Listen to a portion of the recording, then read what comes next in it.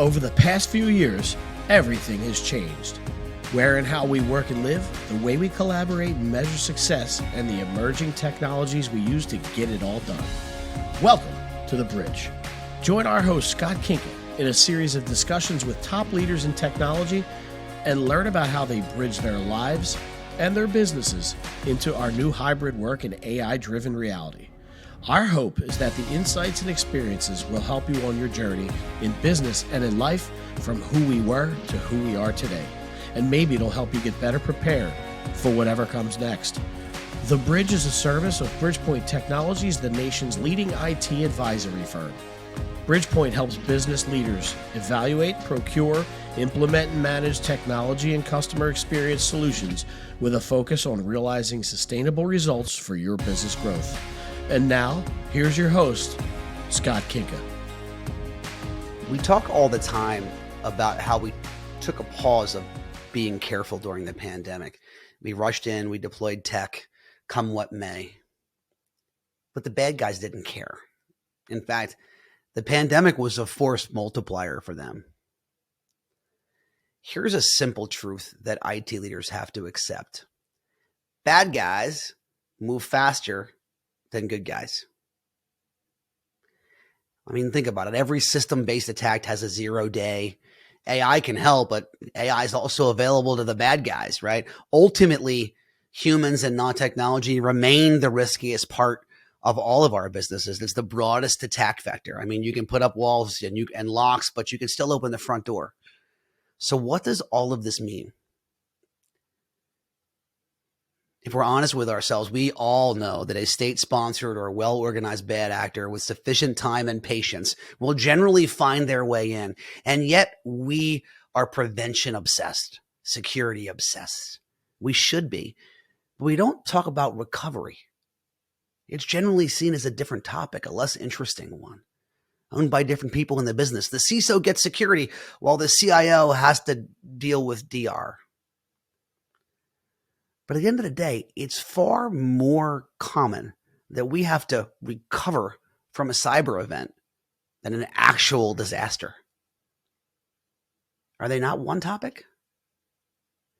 Dante Orsini, the Chief Strategy Officer of 1111 Systems, and I bantered this one around quite a bit on this episode of The Bridge. And he's got some interesting perspective, given that 1111 Systems is a combination of multiple businesses over multiple years, including some cloud native businesses like Island and Green Cloud, as well as well-known decades old DR focused stalwarts like SunGard. 1111 together today is a global managed infrastructure company spanning private cloud, bare metal, public cloud, with a focus on recovery. Not so much DR, but CR, cyber recovery, or maybe better stated, cyber resiliency. And they couple it with the connectivity to bring these multiple clouds together. So there's a lot to unpack here. I'll get out of your ear so we can get at it. Here's my conversation with Dante Orsini, Chief Strategy Officer of 1111 Systems. Hi, and welcome to this week's episode of The Bridge. I'm your host, Scott Kinka.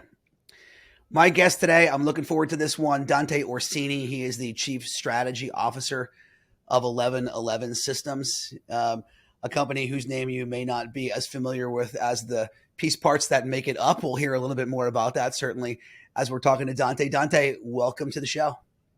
Hey, Scott, thanks for having me. Looking forward to it. Fantastic. Dante, where are we talking from on your end? Where are you located? I'm actually in flat, hot Dallas, Texas. Wow. Okay. What's the temp today? It's in spring. Today's not too bad, but yesterday for spring, we're up at 91. Whew. Okay. All right. Good for you. As our listeners know, I'm outside of Philadelphia, so we have a brisk 60-something degree afternoon. It's very nice here. As Chief Strategy Officer, I mean, I've had that role in a couple companies myself. Tell us a little bit about, your role at 1111, how long you've been there, what your day-to-day focus is. Just, get day in the life for us, if you would.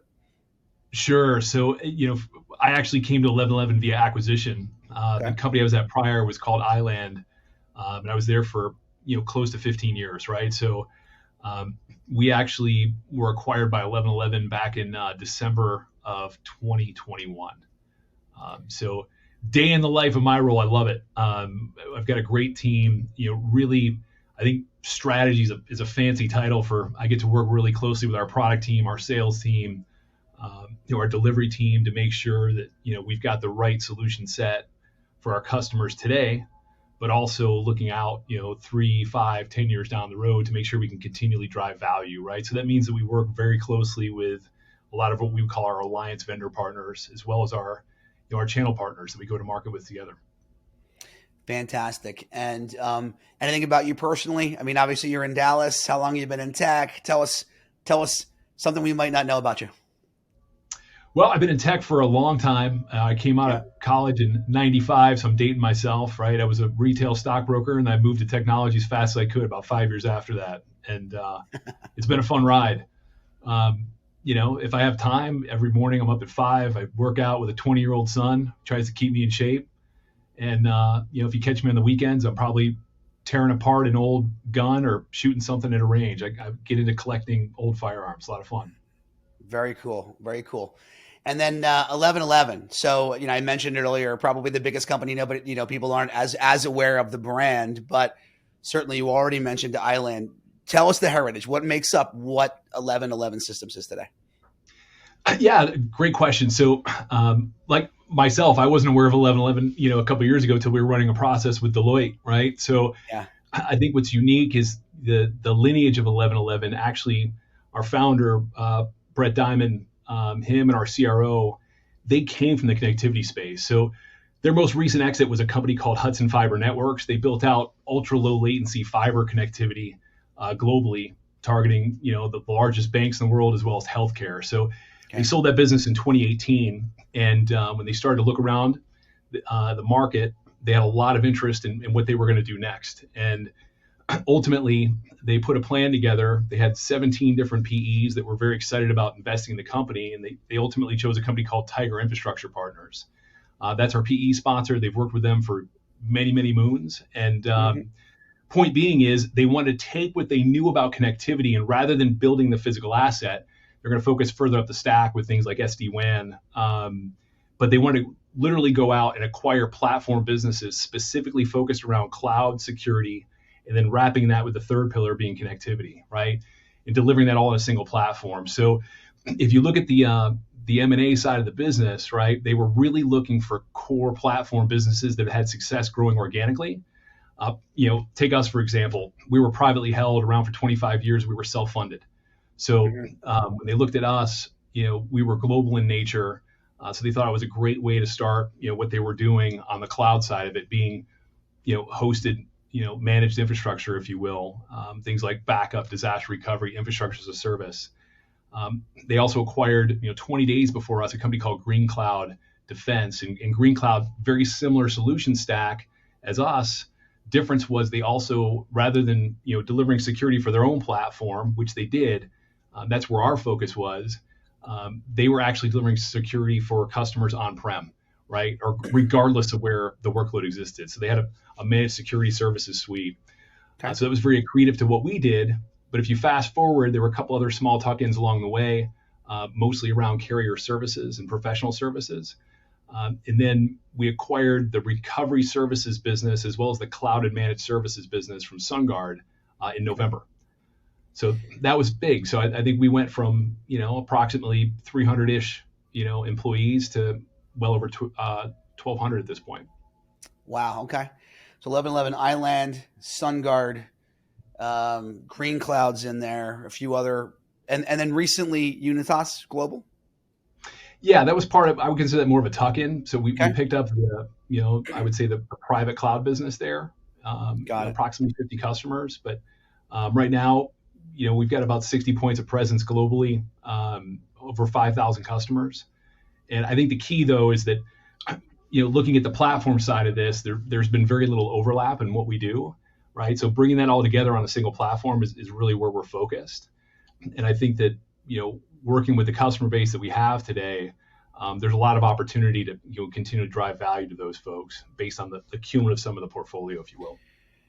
So sum it up now. Now put your marketing hat on, right? So there was a lot of pieces that came together on that. Tell me the 1111 story as a combined company. Give me the elevator pitch, just so our listeners get that. Yeah, I think the key here is we are squarely focused on making sure that all of our customers' applications and data are going to be consistently optimized, available, right? Whether we're working with somebody on the availability of those platforms, or we're actually helping protect them. Again, regardless of where that workload exists, you've got to tie all this stuff together, right? So the easiest way of understanding 1111 is a global managed infrastructure services company. But I think what's really unique is by bringing all these together, we've established a lot of best of breed approaches, not only to our own infrastructure, but to helping people on the journey. Scott, internally, I joke around, I call it the cloudometer, right?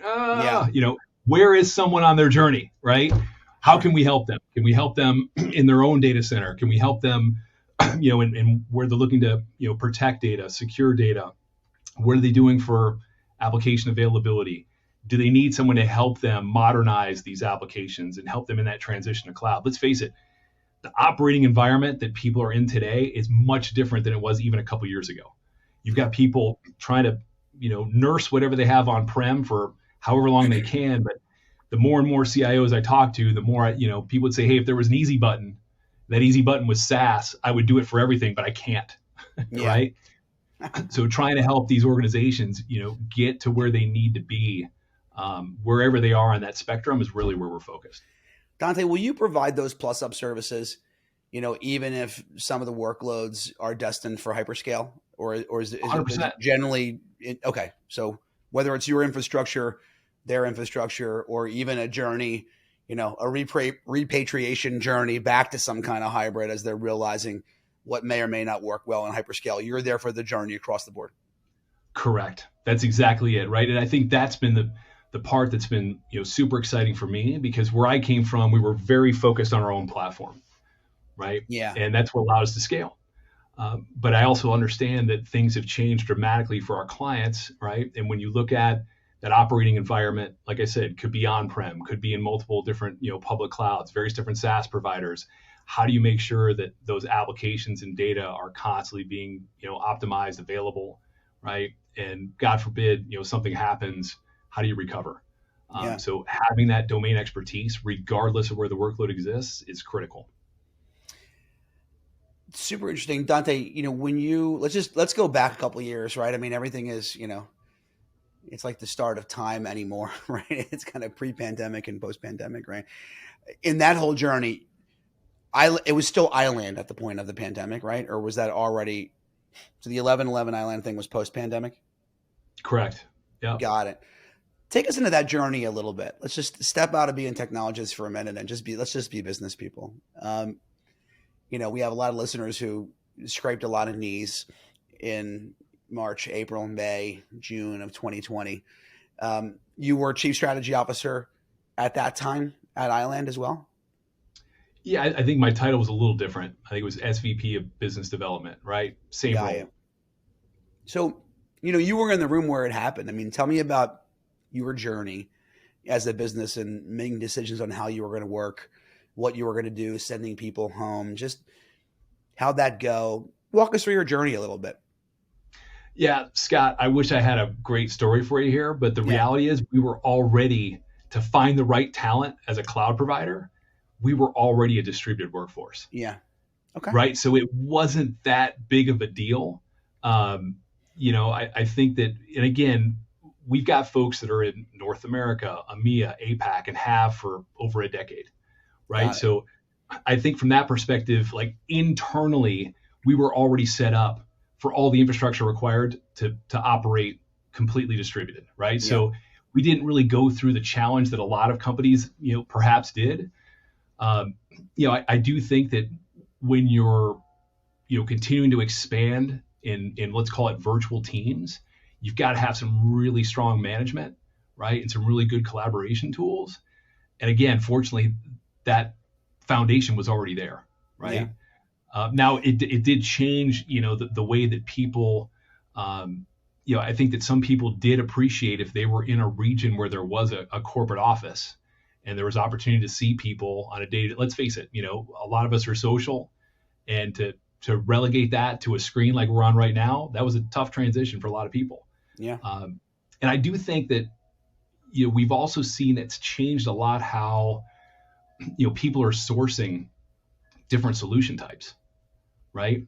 I just look at it with all of our partners. Partners want to get out. They want to learn more. They want to figure out, what the best solutions are so they can align, customer requirements and things of that nature. But let's face it, if I was a CISO or a VP of IT and I was able to dodge every vendor on the planet by staying in my home and I'm comfortable there, then you better provide a lot of value to get my time, right? Yeah. So I think we've seen more impact on people that are trying to sell in this market, frankly. But I also, I appreciate that a lot of people, it was like everything stopped. Some of our customers that didn't have the infrastructure in place to support this work from home challenge, and that became the mission critical priority, right? Yeah. How do I add capacity? How do I add, network? How do I enable this from a security perspective? Like, there's no doubt in my mind there were a lot of people, that didn't anticipate that, and clearly, no one did, right? Yeah. But I think once that settled down, people to get back to the normal business of how are we going to, continue to grow the business, right? And what's the role that IT has in making that happen now that we've been able to enable the work from home dynamic, if you will. Well, it's interesting. I mean, is that not, you mentioned how IT can help make that happen. I think those were your exact words. And I mean, my feeling, honestly, from many years selling into the mid-market and enterprise is that weren't really asked that question before the pandemic. And they're sort of being asked that question post-pandemic. Do you concur with that? And if so, tell me a little, one way or the other, tell me about your experience and like how the job changed for the IT leader inside that business. Yeah, like I said, I think some of our customers, clearly struggled, right? And I think that it's a bit of a cascading challenge because one thing I can absolutely identify with is the supply chain conundrum, right? Mm-hmm. Depending on who you were leveraging, I think the hardest supply chain hit we saw was on the network side. I won't name names, but I mean, something you could get in 30 days suddenly became 9 months or 11 months. Yeah. Right. So how do you navigate around that when the business is growing, right? And you as an IT leader, you got to sustain that growth or support that growth. That was very, very difficult, right? It was difficult for, cloud providers. It was difficult for our clients as well, just in their own, operations. Got it. So that was one. I mean, the current, where your company focuses today. I mean, in our pre-call, you were talking a lot around, two areas that stuck out at me were, in security, right? We'll talk a little bit about that and how that's changed. The other one really being sort of in disaster recovery and business continuity and how that's changed. Let's take them one at a time. Obviously, security is different now. I mean, it's always been a problem, right? Let's say what it is. But and then everybody was in the office and we could paper over crappy endpoint management processes because people were sitting behind the firewall and then they went home. But in reality, let's be clear. Everybody got a free pass for 2020 and half a free pass for 2021. And then we woke up one day and we're like, all right, well, I guess it's here now. Tell us a little bit about how that's changed. What are IT people struggling for? How have you guys answered the bell on that? How has it changed your, kind of regular interaction with your customers? Yeah, great question. I think that probably the most obvious one here is the security conundrum, right? Like you said, enabling work from home. I think clearly the bad guys don't care about the pandemic, right? It's like game on. It's a force multiplier for them. And I think that you can spend a lot of time and effort, right, doing the best you can to defend the castle. But ultimately, if somebody really wants to get in, they're going to find a way to get in, right? I'll give you a crazy example. I was on a flight and I was coming back from the Bay Area. Person next to me was, he had a technology jersey on, so we were striking up a conversation. And it turns out he was a pen tester. And his job was to physically get into buildings, right? And I don't know if you remember a couple of years ago, the SolarWinds hack, right? Yep. Very public. And we were just trading war stories. And he said one of the quickest ways he was able to get into one of his global clients was to leverage that hack. I said, okay, how did you do it? He said, well, it was really simple. I just started to call into as many help desk locations as I could. And one morning I was able to get somebody on the phone in Ireland. And I was posing as a SolarWinds salesperson, knowing full well that nobody's going to want to talk to me. Right. So he's literally cold calling, and the person gets on the phone and says, hey, I've got no interest. And he said, listen, whether it's me or the army of people behind me, we're going to keep calling. So do me a favor, just tell me who you're using. I'll notate the account, and then we'll take you off the list. He's like, fine, we're using Rapid7. He took that little data point, and then he turned around, he started to call non-technical people. He got a hold of a marketing director in North America, said, hey, I'm so-and-so. I'm on the global Rapid7 cyber response team. You've been compromised. I need you to log in to this URL right now because you're the source of the attack. Person's freaking out, gets on the phone, boom, he's on the corporate network. It was that simple. It was 2 phone calls. So social engineering is super powerful, right? But I think the other thing that we're seeing is that because of the escalation of what's happening with cyber attacks, the cyber liability insurance carriers, right, are getting more stringent, and it's getting harder and harder to actually write a policy. And even if you have a policy, right, they're indemnifying against state-sponsored actors and things of that nature, right? So at the end of the day, that's becoming a boardroom level conversation because people are realizing, well, wait a minute, yes, we've had to go make all these investments to tick all these boxes to get a policy written, but if the big boys are coming after us, they're getting in, and then the insurance carrier's not going to pay out or help, right? So it becomes okay, now what are we going to do if the worst happens? And I mean, you can pick your favorite framework. Like if you look at NIST, the majority of NIST is all around the preventative side, right? But then that last rung is really around the recovery side. And I think that's the most overlooked component when people are trying to prepare for this. A lot of people don't even know what data is critical, right? Going back to what we first spoke about, because the operating environment is completely different. You've got data and SaaS-based applications, various different public clouds, your own infrastructure, right? So how do you know what's important? How do you know what the contingencies are to protect it? And better yet, do you have the capacity to be able to bring up multiple copies of that data should you be compromised in a clean room environment that's completely segregated to allow a forensics team to help you pour through it and find the best copy of the data, right? Recovering from cyber is completely different than traditional disaster recovery because you can't really rely on replication. It's all about restoring from backup, which, hey, guess what? It's not going to happen fast. Certainly not. Or depending on when the attack was, you're restoring, servers that are already compromised, which is the other part of the problem.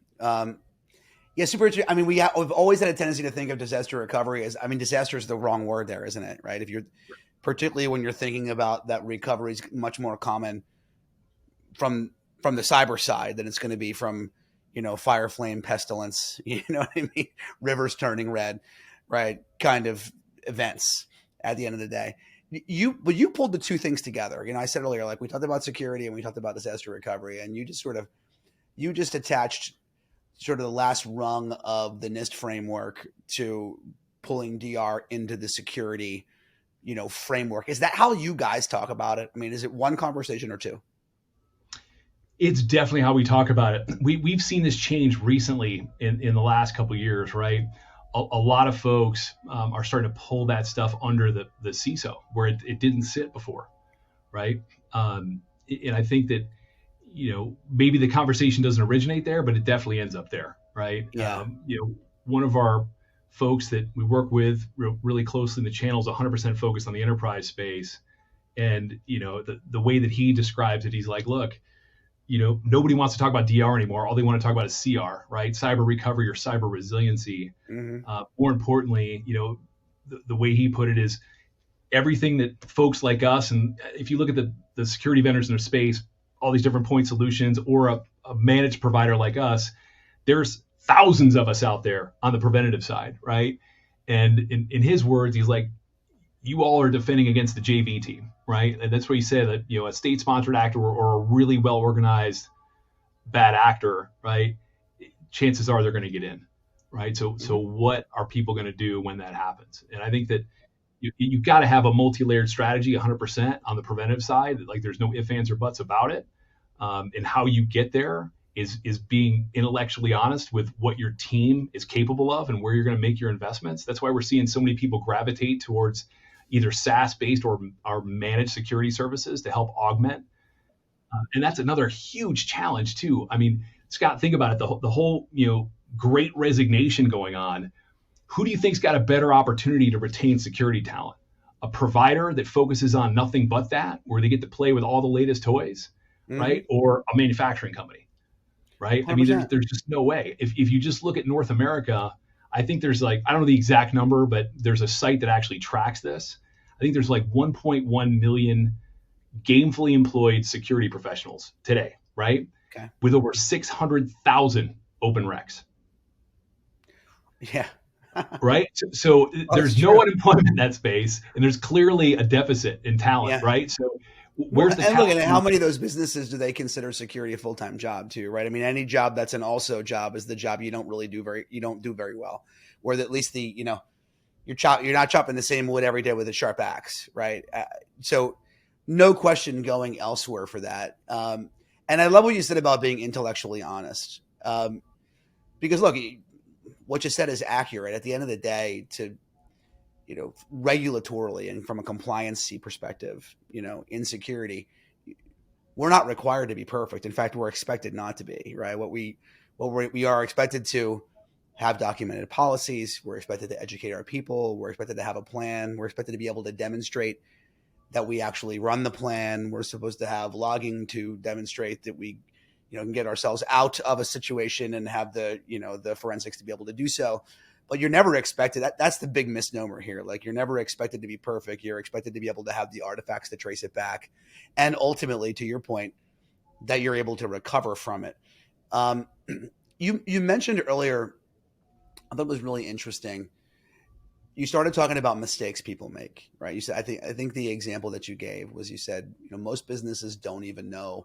I think it was something to the effect of what data is important or what systems would need to be recovered to get back. So let's assume, for the sake of argument, that a business is now getting serious about cyber recovery, which, is really ultimately different than disaster recovery. What are the main mistakes you see, businesses making right now? When you get in and have that first conversation, they're like, oh yeah, here's our documented DR plan we had to have for our ISO, and you look at it. What are the main mistakes that you guys see? Clearly, that is a layup. I think I know exactly where you're going with that, too, Scott. the number one issue there is that piece of paper is only as good as the last time you actually ran the exercise. That is clearly the biggest gap, right? We all know it. Traditional DR, I firmly believe it's like the skeleton in IT's closet. Usually it's, not well documented in the heads of certain people. But let's say that you've got a formal process. You're only as good as your last test. And historically, that's people are going to test once a year, twice a year, once a quarter, right? You almost have to think of this like CI/CD, right? There has got to be a constant stream, because let's face it, change is the only constant, right? So how do you, this is part of the trick. How do you enforce policy across everybody that's deploying something? And this is what I know enterprises struggle with today, just from a data protection perspective, right? I was talking to a major global bank, and this is what they're trying to solve for.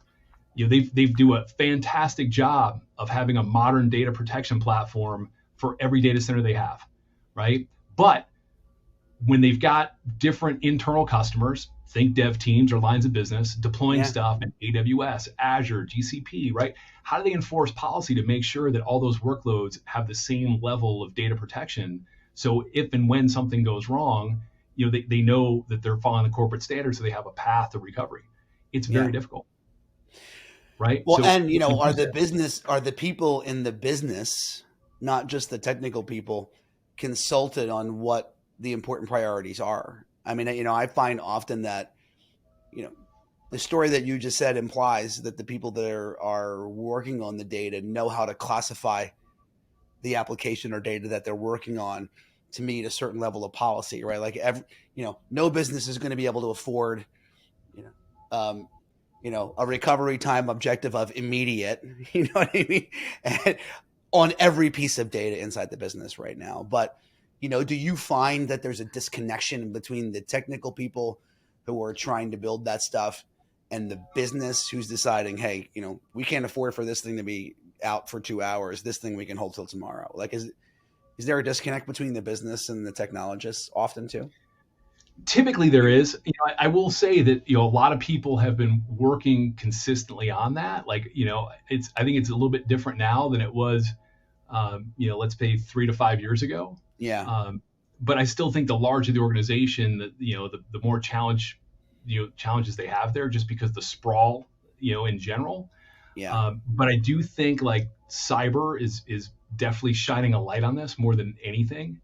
At the same time, I think there's money well spent on consulting engagements to really have somebody come in that deals with not just BCDR, but cyber resiliency, understanding like things like vital data assessments. There's some phenomenal technology, right? Also that can help with application dependency mapping, understanding, the flow of that data, that can help guide these conversations. And now more than ever, I think that it really gives people the opportunity to have a multi-layered approach to this. Like you said, that's going to align, both budget and risk, and be more pragmatic about it. So it's really just an opportunity to take stock, like I said, in what's happening and how well prepared you believe you and your team are today. I think the other thing that you brought up too, because of the pandemic, there's been so much movement in headcount for so many organizations, right? It becomes increasingly harder and harder to maintain good levels of process around this. Yeah, no question. And maintain the talent to maintain the process, who's maintaining the documentation, it's this vicious cycle that goes on and on and on. I've said on other episodes of the podcast, I'm sure you'll get the movie reference, that the pandemic was like the blue pill, red pill moment for security, right? Like, do you really want to do this yourself? And if so, take the pill and I'll show you how far the rabbit hole goes.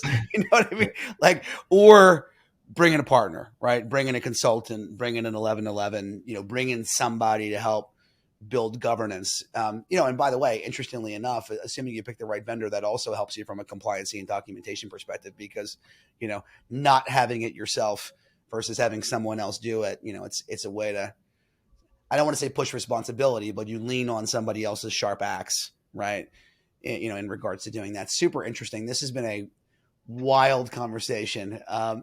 Let me take it towards a little bit of futurism with you, if you wouldn't mind. So I'm going to ask you, not 1111 specific. I'm going to ask you to make a shameless prediction about the next 18 to 24 months. Doesn't need to be in tech, but it certainly can. Just throw something out there. Put your Nostradamus hat on for me.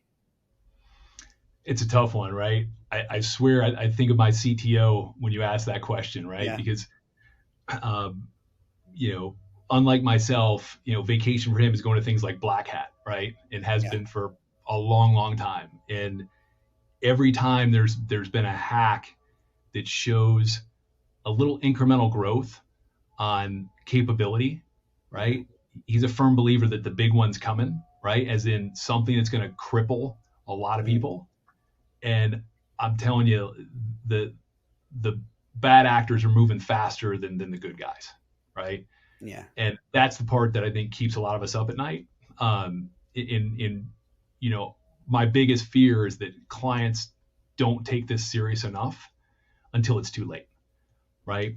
So I'm going to put my happy prediction hat on, and that people are going to get very focused on this and start to plug the holes that they have very quickly, because I think every day, this continues to happen, and it's kind of reaching like a pandemic style across the industry. Mm-hmm. And again, like the other big thing I see here, Scott, is that this is happening way more frequently than the things that become aired out publicly, right? Unquestionably, yeah. I mean, so I'm hopeful. Let's say glass is half full. People are okay. Glass is half full. I like that. I mean, install this internally. You earlier on, I wrote down, your commentary earlier about human engineering, on attacks, and I mean that's the footprint you can't do anything about at the end of the day. If somebody's gonna just not be smart enough and answer the call. That's really where the resiliency piece kicks in, right? So, I mean, if I'm going to be hopeful to tack on to yours, it's that, yes, we get serious about educating because that's important, but there's always going to be an open attack vector, right? I think what I'm hopeful about is that organizations like yours, make the point that resiliency is also part of the security solve. So interesting. Okay. Yeah, it's a great point, by the way. Like the whole training side of this is so critical, but I don't think it's happening at a high enough frequency. As in, there's a really well-known company that recently sold, I think, for $4 billion. In all their training's been focused. I think the vendor, right? Uh-huh. And it's all focused around ransomware, phishing, spear phishing, like educating the average user, right? I think about how they educate people. Like if I'm talking to my mom about, hey mom, this is what an attempt on your email looks like. Don't click on this. It's not real. That kind of stuff. Little tips and tricks to look. But we do that. And I've seen the firms that we hire to penetrate ourselves with social engineering, they're still successful. Because the amount of information that's out there about every single company now with social media, with your website, there is enough for a talented group of people to spoof things and put it in the right tone that it seems like it's legit. It's no longer this is a misspelled, crazy URL. People, if they want to get in, they can get very, very creative to go register URLs that are so similar to your own corporate needs. They can monitor all the all the public communication that's going on, so they can understand the tone in which your executives are communicating. Look at LinkedIn. You've got people all over LinkedIn that have a persona. There's enough public information out there, to spoof, in the right tone and the right message to get people to take dumb steps, right? That to a trained person would seem obvious. Yeah. 100%, for smart people to take dumb steps, right? It's not just the would your parents fall for it conversation, which I completely get. All right, two fun ones. Whatever the next, apocalypse is in your dystopian future, there's only one app that works on your phone. It's the one you have left. What is it? Oh my gosh. I'm a type A person, right? So it'd probably be something to chill me out. It would probably be either the music app, and if that's not qualified, it would probably be some dumb, mindless game to keep my mind off what's going on. Well, I just got asked on our last podcast what I would pick, and I said the music app for that reason. I'm like, listen, if there's nothing going on, I don't need my news app, and I certainly can't communicate with anybody over text. So just chill me out. I got a pair of headphones on a desert island. It is what it is. So that's a good answer. What's on your end table right now? What are you reading? Is there something that you want to share, or if you don't have something that's current, maybe your favorite business tome that you'd like to share with us for other people's reading list? It's really interesting you say that because to me, if I'm going to read for pleasure, it's not going to be about work. Yeah. It's got to be something completely different to get my mind off of work, right? So I'm good for a page or two a night right before I knock out. And it's usually some type of, a memoir written from some military. Could be World War II, could be Korea, could be Vietnam, right? But I love reading personal accounts of some of those things. And it kind of all started with the HBO series where I like Band of Brothers. Yeah. If you look at like the credits, that series, the Pacific, they were all based on books. But for me, it started probably 10 years ago. One of my good buddies, his father, his father's parents died when he was 17 in a car accident. He enlisted. It did like multiple tours of Vietnam. And so I asked him, I'm like, hey, have you ever talked to your dad about, anything that happened there? And he's like, yeah, he won't tell me anything about it unless I read this one book. I'm like, well, why is that? He said, because the book was written about his unit. I'm like, all right. So I think this is right when I bought the first generation iPad and I was getting ready to fly to Europe. And I'm like, I don't really read that much other than work stuff. Right. So maybe I'll see if I can find that book that my buddy was talking about. I found it and I couldn't put it down. So that was like that got me on it's not, hey, how do I do this better? Or I need to be motivated. I know a lot of people read things like that. This is for me to kind of, like I said, chill out a little bit. I'm going to take that advice. I don't chill out enough. So you're the second guest in as many weeks that have said something about reading nonfiction for that reason. We're reading, obviously historical accounts, but not necessarily work related. So that's good advice. Dante, this has been a lot of fun. Great conversation and super interesting. We got some nuggets. I was watching our producer, Gene, scribble down notes in the background, which means he's got some quote cards to pull out, some quotables from you. That's good. For our listeners, if they want to learn a little bit more about 1111, what would you recommend that they do? Yeah, just check out our website, 1111systems.com, right? And, clearly Bridgepoint's a critical partner of ours, right? So I would just reach out to whoever you work with at Bridgepoint and, let's just have an open dialogue, see, what we can do to help, if anything. An intellectually honest discussion about where you are from a security and recovery perspective, which I love. I'm going to steal that if you don't mind. I will credit you for it. But here on The Bridge, thank you for joining us where we have intellectually honest conversations about what's going on in tech. My guest on this episode has been Dante Orsini from 1111 Systems. Dante, thank you so much for your time. Scott, thank you. Really enjoyed it. Take care. Fantastic. And to our listeners, thanks for tuning in. And we'll see you soon on another episode of The Bridge. Listen, if you made it this far, there must have been some good content, or you're just a fan or a relative of mine. In either case, we appreciate you spending your most valuable asset with us, your time. We don't take that lightly. We'd also like to say one more time that we are appreciative of Bridgepoint Technologies and their belief and sponsorship of this show. We hope that if you or someone you know is thinking about your company's digital transformation or simply the next IT project that you may not have the resources, budget, or time to get to, I'm sure that Bridgepoint, one of the country's fastest growing technology advisory and procurement firms, can help. Check out Bridgepoint at bridgepointtechnologies.com. Don't forget the E on Bridgepoint, or simply reach out to me at Skinka, SKINKA, at bpt3.net. Also, take a minute, please, if you would, to give us a 5-star review on your favorite platform. It gives us the visibility to reach other people like you. Thanks for listening to this episode of The Bridge. I am Scott Kinka, and until next time, there's a lot of noise out there. In business and in life, do what you can to be the signal. Thanks.